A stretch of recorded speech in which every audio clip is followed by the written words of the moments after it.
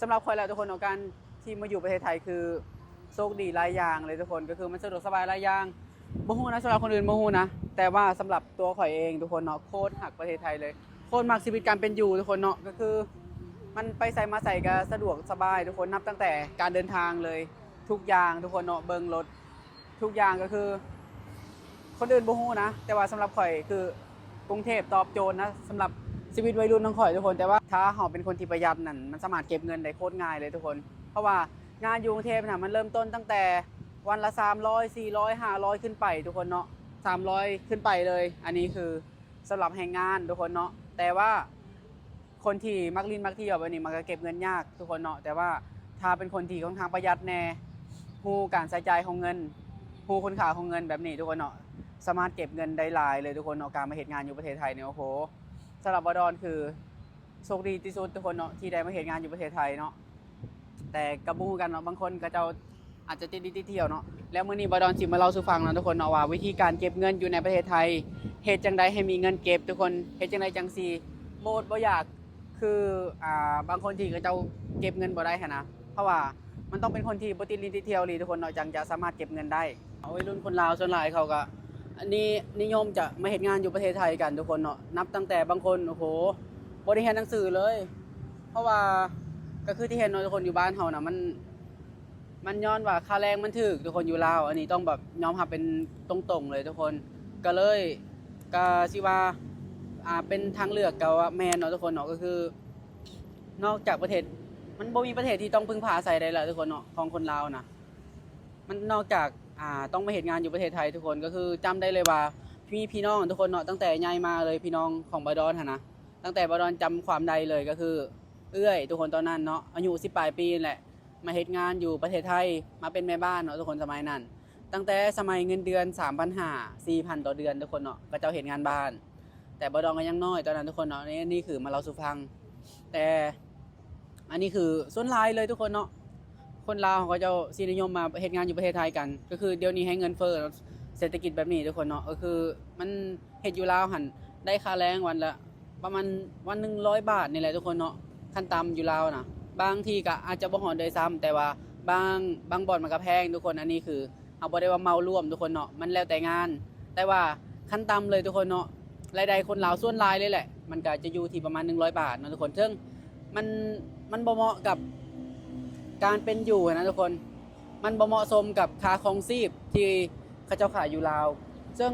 ที่เขาเจ้าขายอยู่ลาวกันนะทุกคนเนาะอาหารน่ะมันแพงกว่าอยู่ไทยได้เพราะว่าเป็นเครื่องนำเข้าอยู่ลาวหั่นน่ะเป็นเครื่องนำเข้ากว่าที่จะเก็บเงินได้ล้านกีบต่อกว่าสิเก็บเงินได้ล้านกีบทุกคนเนาะบ่ต้องเว้าต่อเดือนซะ 2-3 เดือนก็พอแห้งเพื่อสิเก็บได้มันต้องได้ใช้แบบดิ้นรนแฮงทุกคนเนาะโดยเดือนส้นเดือนซ้ำแบบนี้ทุกคนแต่ว่าแค่บางคนนะแต่ว่าบางคนเขาก็หาเงินเก่งอยู่ประเทศลาวนะเขาก็บ่ได้เมาร่วมเนาะแต่ว่าสำหรับข่อยแล้วทุกคนเนาะคือกรุงเทพนี่แหละตอบโจทย์ไปใส่มาใส่ก็สะดวกทุกคนนับแต่การเดินทางโอ้โหเดี๋ยวนี้หั่นมันมีไอ้หยังก็เอิ้นว่าโบสทุกคนเนาะเฮาเอิ้นรถในแอปทุกคนในโทรศัพท์เฮาสามารถเบิ่งได้ว่าราคาเท่าใดซึ่งข้อดีก็คือ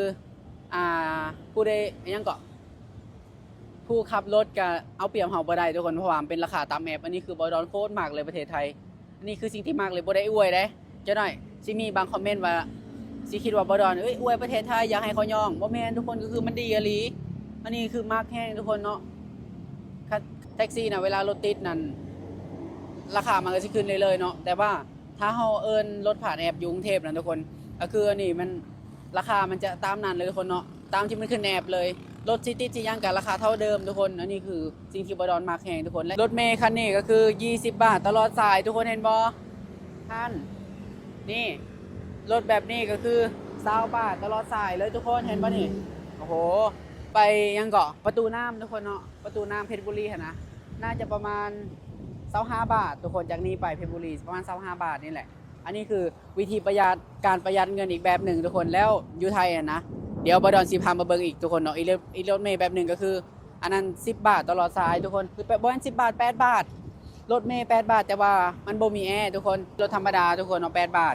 นี่ยังมีแลนอยู่ทุกคนในกรุงเทพเห็นบ่สำหรับคนที่ประหยัดนะทุกคนเนาะมักไปธรรมดากับรถเมล์ตัวนี้ก็ตอบโจทย์คือกันทุกคนเนาะ นี่มานี่แบบถูกต้องตามกฎหมายเมื่อได้บ่แม่นว่าลักลอบเข้ามาทุกคนเนาะเฮ็ดงานแบบผิดกฎหมายบ่แม่นก็คือบ่ดอนมีครบทุกอย่างเลยทุกคนเนาะมี work permit ใบอนุญาตทำงานในประเทศไทยครั้งแน่ทุกคนเนาะก่อนที่จะมาเฮ็ดงานอยู่นี่ก็มีทุกอย่างแล้วตอนนี้ทุกคนเทียบทุกคนเนาะระหว่างค่าแรงอยู่ลาวกับอยู่ไทยว่ามันแตกต่างกันบ่อันนี้คนไทยสนใจหลายเลยก็คือค่าแรงมันแตกต่างกันแน่นอนเนาะระหว่างอยู่ลาวกับอยู่ไทยณตอนนี้นะแต่ว่าถ้าเมื่อก่อนทุกคนเทียบเส้นเมื่อก่อนอยู่ลาวก็ได้หลายอยู่เนื่องจากว่าตอนนั้นเงินก็มันบ่เฟ้อเนาะค่าของชีพมันก็บ่ได้แพงปานใดคือเดี๋ยวนี้แต่เดี๋ยวนี้โอ้โหเงินบาทตอนนี้ทุกคนเนาะ1,000 บาทต่อ600,000ประมาณ60,000กีบทุกคนก็คือแบบทวีคูณเนี่ยนะทุกคนเนาะเงินเฟ้อนะจากเมื่อก่อนเพียงแต่เท่าใดก็ 6,000 บาทต่อประมาณ 250,000 ทุกคนคิดเบิ่งเนาะจากเปอร์เซ็นต์ทุกคนเนาะลองที่ไล่เบิ่งว่าจากเปอร์เซ็นต์เงินเฟ้อเนาะบ่ดองก็เลยเลือกมาเฮ็ดงานอยู่ประเทศไทยก็เพราะแบบนี้ทุกคนเนาะอยู่ลาวเฮาถ้ามาโอกาสมันก็มีบ่มันมีอยู่แต่มีน้อยแฮงเนาะแต่สำหรับคนลาวบางคนเขาก็บ่อยากมาเนาะทุกคนเพราะว่าบางคนเขาก็หาเงินได้อยู่ประเทศลาวนะแต่ว่าส่วนหลายเลยแหละก็คือหาเงินโคตรยากเลยพี่น้องอยู่บ้านเฮานะยากแฮงเห็นบอกคนลาวเฮาก็เลยพากันมาดิ้นรนอยู่กรุงเทพทุกคนเนาะมันบ่มีไผดอกที่อยากจากบ้านเกิดไปนะด้วยถ้ามันบ่จำเป็นนะด้วยความที่มันบ่พอกินบ่พอใช้นั่นแหละ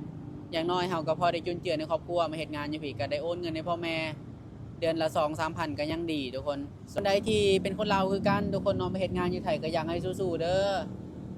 เมื่อยก็ให้อดเอาเนาะทุกคนเนาะยอมรับว่าเมื่อยนั่นแหละแต่ว่าเฮาก็ต้องได้อดทุกคนเนาะอดทนไปซั่นแหละเก็บเงินตั้งใจเก็บเงินมื้อละเล็กมื้อละน้อยเก็บมื้อละ300ถ้าเก็บได้นะเก็บมื้อละ300ทุกคนเนาะเดือนหนึง9,000แบบนี้สำหรับคนที่ได้วันละ500นะเก็บได้มื้อละ300ปีหนึงก็ได้เป็นแสนแล้วทุกคนทันทีบอดอนมาตัวนี้ก็คือเป็นตลาดอินดี้ดาวขนองเด้อทุกคนนี่เขาจะมีตึกเนาะทุกคนเนาะตลาดนี้เขาจะเปิดประมาณ4 โมงแรงทุกคนเริ่มเปิด 4-5 โมงแหละปิดกับประมาณ 11 โมงกลางคืนทุกคนจนหอด 12 โมงคืนเนาะเป็นตลาดที่คนลาวก็มักมาหลายแฮงทุกคนเนาะเห็นบ่หานเบียร์ทุกคนน่ะ